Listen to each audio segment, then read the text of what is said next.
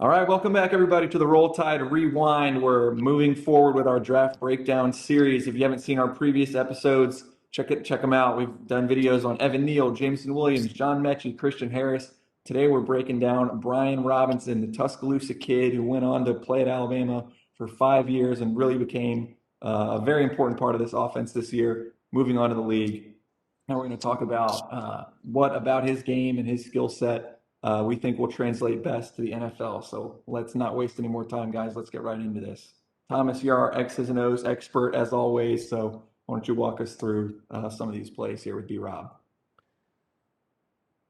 Yeah, I feel like this play kind of like shows B-Rob's best skill, and I think that's power. He's like not going to be the guy that's going to make you miss in the open field. He's the guy that's going to try to run you over. And I think this play just shows that to a T. He gets hit probably 3 yards down the line of scrimmage, and he ends up getting looks like what a 20-something yard gain. Hits off about what 6, 7 guys there. It feels like one, two, three, four, five, six, seven, just taking them all with him. And I think that's B-Rob's best attribute is just his power and how he's able to extend plays that maybe should gain maybe like 3 yards and then end up getting like 6, 7, or in this case about over 20 yards. And I like this cut right at the beginning. I mean, we don't talk about him as a super quick guy, like, talk about the short area quickness a lot with running backs, but this first cut about 2 yards past the line of scrimmage right there, I really like that. I think that's the kind of subtle movement that you need to really get the most out of your runs as a running back. It's not a huge deal. It's not an eye-popping juke or anything, but just that little subtle move doesn't, really helps him set up the rest of the run and is a big reason he's able to eventually get 20 plus on this one. And then for the next one, we'll move ahead to the semifinal game against Cincinnati. And kind of a similar deal here, right? Thomas kind of getting more out of the play than it looked like he was going to get at first. Yeah, he should have lost 3 to 4 yards on this play and ends up gaining 6 yards. That's a very impressive run. It's one of his more impressive games too. He had over 200 yards in this game. He had a lot of great runs, but this one stands out to me. Like should have got tackled 3, 4 yards line of scrimmage and ends up powering through multiple guys, end up gaining 5 or 6 yards on the play. Yeah, he's not Yeah, a I mean, guy like as dynamic as like Najee was or anything, but he was pretty good at making something out of nothing, like gaining huge yards and breaking through contact. I thought that was a huge part for him last year that made him successful. yeah, right there, he can't really like what he sees there. He's got a guy already hanging off of him. He's got one, two, three other Cincinnati guys in a good position to bring him down behind the line of scrimmage.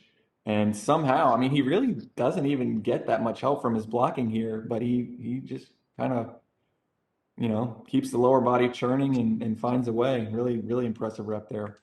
And then on this play, it's really I think it's his best run of the year. He looks like Adrian Peterson in my opinion, which would be a huge move for him in the pros to be like Adrian Peterson. I suggest it to any running back going in the draft. He just breaks through contact and his change of direction at the line's great too. It's just a phenomenal play. It was also a big moment in the game too because Tennessee had just made it a 7 point game, and I think on the play before Bryce hit Jamison about a 50-yard catch, and this is the very next play. Looks like again he may just made something out of nothing. Should have lost maybe 2 to 3 yards on that play and ends up getting a 15-yard touchdown.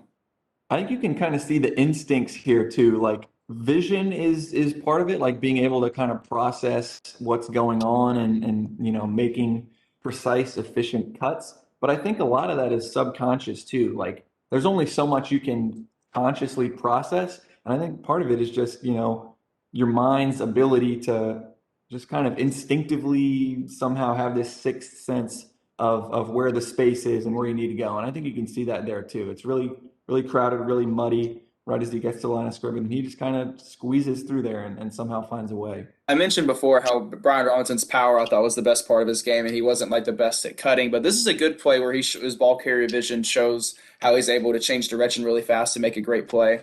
So at the beginning of the line of scrimmage, there's a hole. The O line opens up a pretty good hole, but two linebackers are already waiting for him there, and just one cut just takes him right by both the linebackers and ends up getting almost. I think he gets inside the 20, inside the red zone. So if we show the replay, you can see it a little bit better.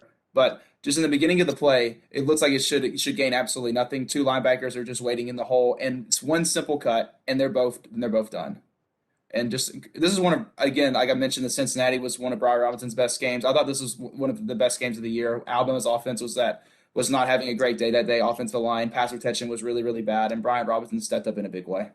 Yeah, let me just pause it there to really kind of accentuate what you're talking about there, Thomas. Both of these guys here and here look like they're going to have a really good shot at him. When B-Rob hits that hole, it's a big hole between Dalcourt and Owens there, but it doesn't look like he's going to have a whole lot of space. But then, that this linebacker here just over pursues a little bit, it looks like, and B-Rob kind of makes him look silly. He ends up sitting on the ground. And it kind of shows, like, a lot of times with running backs of B-Rob's style, you hear scouts or people in the NFL kind of world say that this guy's like a one cut, get north and south type running back. And you can really see that here too. He, just goes where his blocking assignment tells him to, makes that cut, and from there he's able to get extra yards, make the linebacker miss in the hole. He's not a super shifty type running back, but this definitely shows his style. And I think, hopefully he goes to kind of an offense that, recognizes that and uses him in that kind of way and has a blocking scheme that will allow him to play that way. And we have another highlight from a little bit later in this game. So we get to see a little bit of his pass protection here. Thomas, what'd you like about this one? I think you put this one on the list.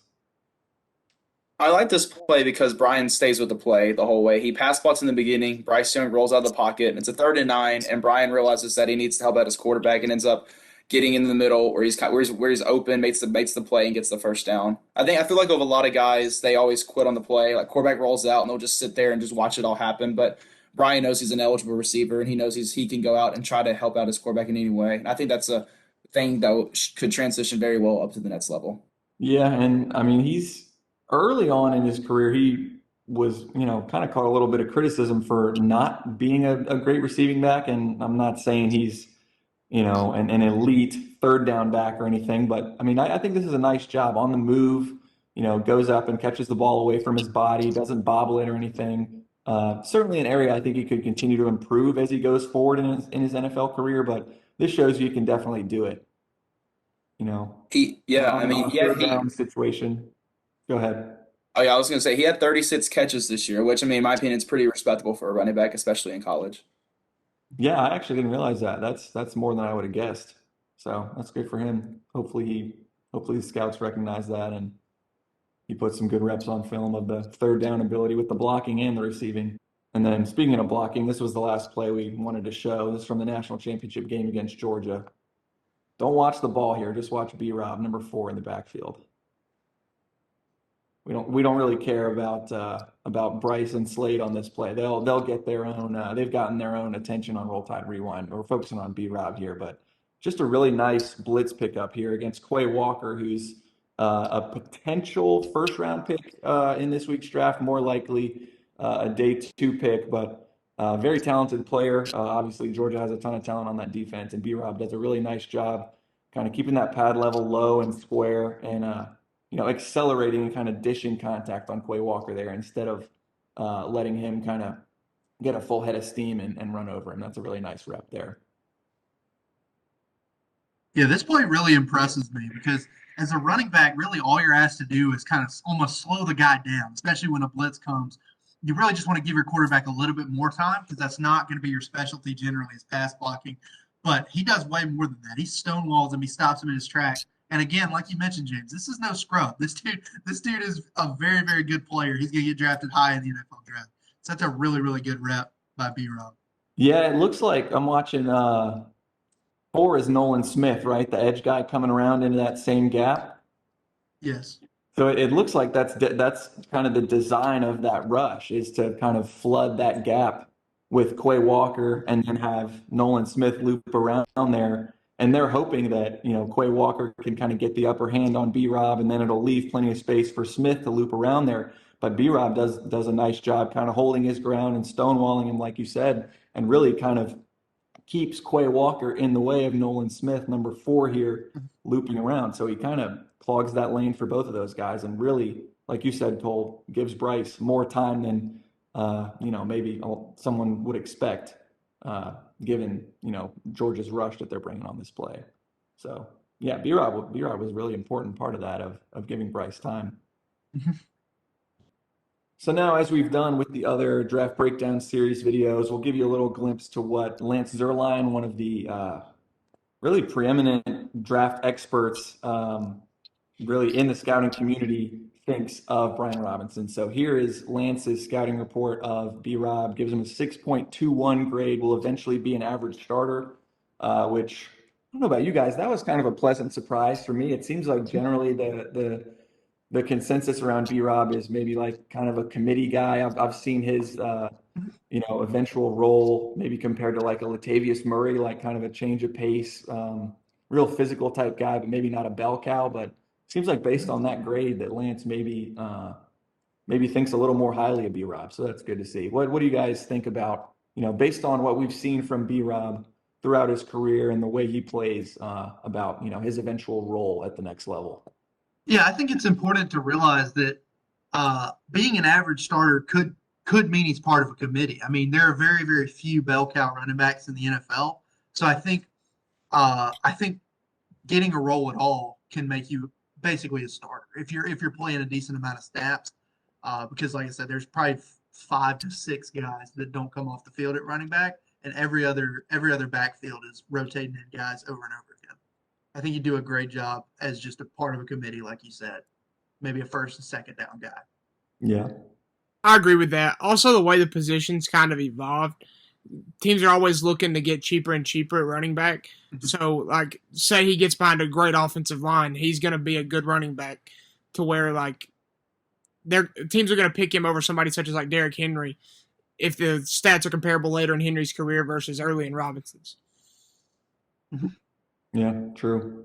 And I want to point out the size here too. I'm sure we'll get to it down in the scouting report with the strengths, but 6'2", 225.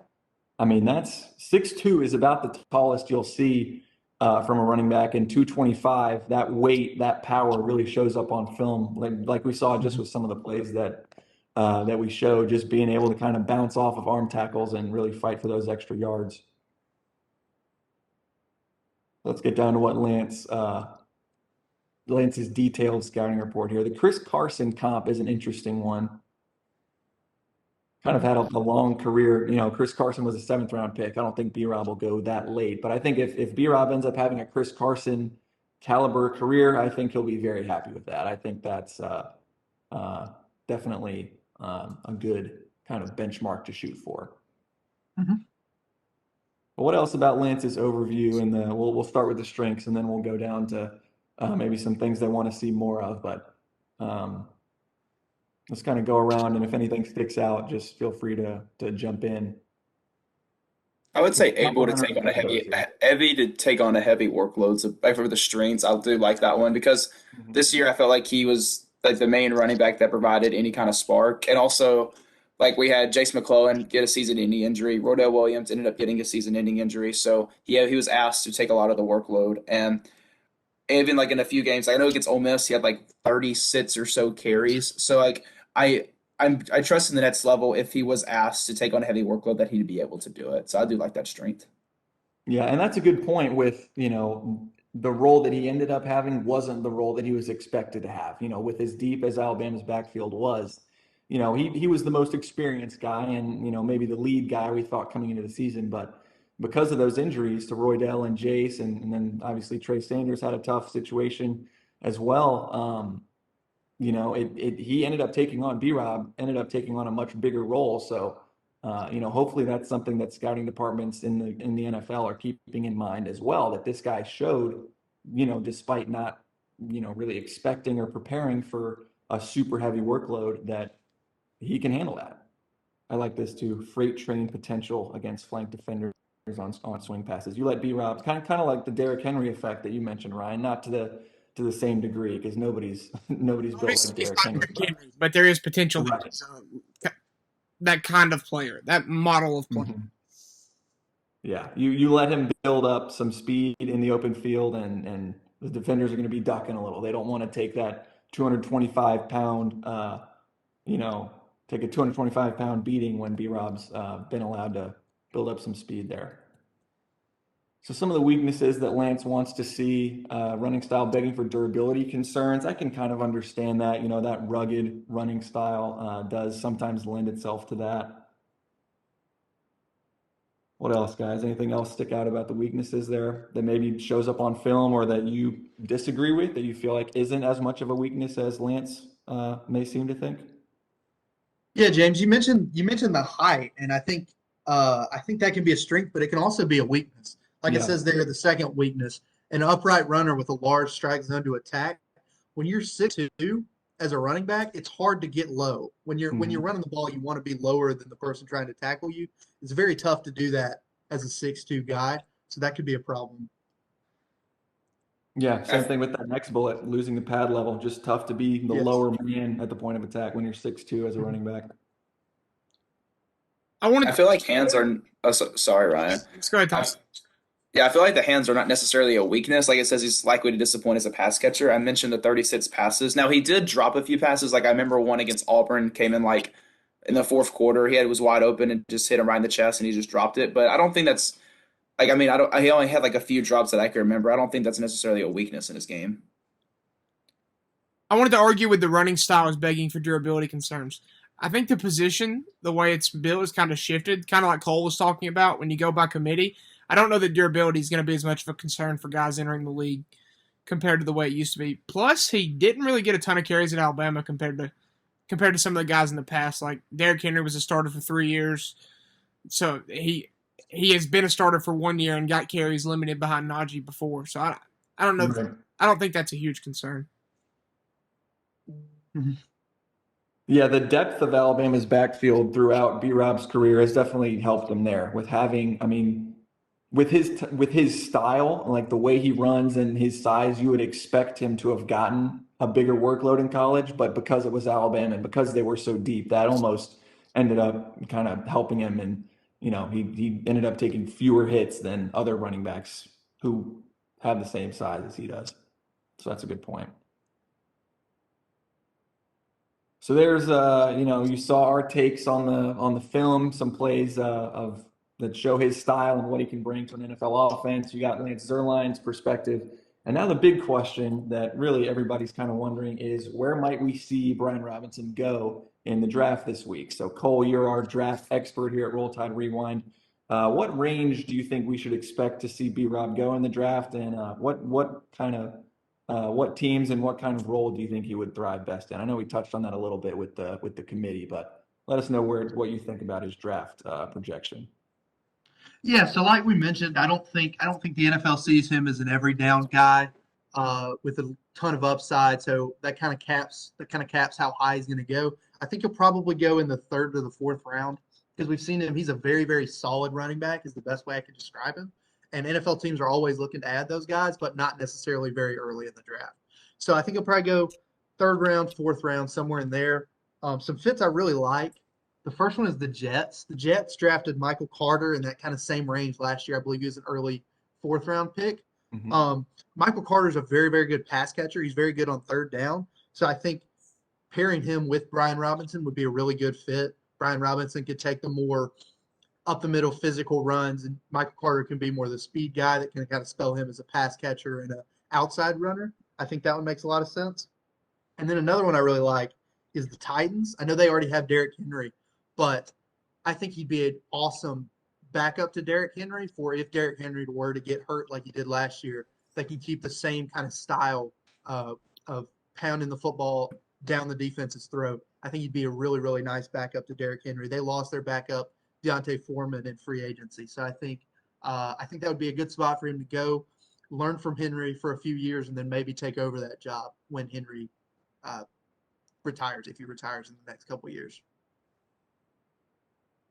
That's interesting. The backup aspect to Henry, I like that. My fits, I was more thinking about, you know, more similar to what you said with the Jets, like a team that has a good pass catching third down back, but maybe lacks a little bit of the power to their running game. So I was thinking like the Eagles, I think would be a good fit. They got Kenneth Gainwell last year, who's, you know, a good pass catcher, but probably not a guy you want as your every down back. And then Miles Sanders is in the last year of his rookie contract, and it seems like they aren't super duper high on him. So B Rob maybe that would probably be a team where he could step into probably a bigger role than he would be able to with other teams, just because they don't really have a bruising type bell cow back. So I think he could be the Eagles' starting first and second down running back pretty early on, and then maybe Gainwell would come in on third down and in passing situations. And maybe the Saints as well. I mentioned the Latavius Murray comparisons to B-Rob. So, he could kind of step into Murray's old role with the New Orleans Saints as Alvin Kamara's backup. I think that could be a good fit for him as well. Would like to throw my Falcons into the fray. I feel like Cordero Patterson is, I think, been a great addition to the team. He provides a lot of spark. He provides a lot of excitement out of the backfield. I don't think Mike Davis obviously is the long-term answer at running back for the Falcons, and I feel like Mike Davis and Brian Robinson play very similar styles, and I think Brian Robinson would be a good replacement for Mike Davis. That's what I would do. The Falcons probably will do the dead opposite of what I say, but I'm just adding some ideas. Yeah, the thing with guys like Brian Robinson is he could really go anywhere. Like he could go anywhere because teams are always like looking to get younger, cheaper running back. So I like the fifth you guys have mentioned. He's not going to be a Patriot, so I can't fawn over him like Thomas did. But he's going to have a good career. Yeah, definitely. I was thinking that too, Ryan. So I'm glad you said that. There's a ton of teams that could be good fits for him, just because the shelf life of the running back position is so short. Teams are always looking to get younger there, and I'm sure they'll love the potential of adding an experienced running back like Brian Robinson with the physicality that he brings, coming from a top flight program like Alabama. I'm sure a lot of teams will be looking to draft him maybe late day 2, early day 3 in the NFL draft. So as we let the highlights continue to run here, we got any last word on B-Rob before we wrap this, guys? I think we said it all. All right. Well, I appreciate you three, my co-hosts, as always, for helping to bring these guys to life and really delve into their highlights and their NFL futures. And for all the viewers out there, as always, we appreciate you guys tuning in. If you haven't watched our other draft breakdown series videos, we definitely encourage you to check those out. We'll have one more after this one of several of Alabama's other draft eligible guys who we'll see on day 2 and day 3. So be sure to keep an eye out for that. And definitely enjoy the draft this weekend. We'll be watching it basically the entire time that it's airing, probably. So definitely be keeping an eye on where these Alabama guys end up going for their NFL futures. So thank you for tuning in, and we will be back with one more episode for our draft breakdown series. Roll Tide. Roll Tide. Roll Tide.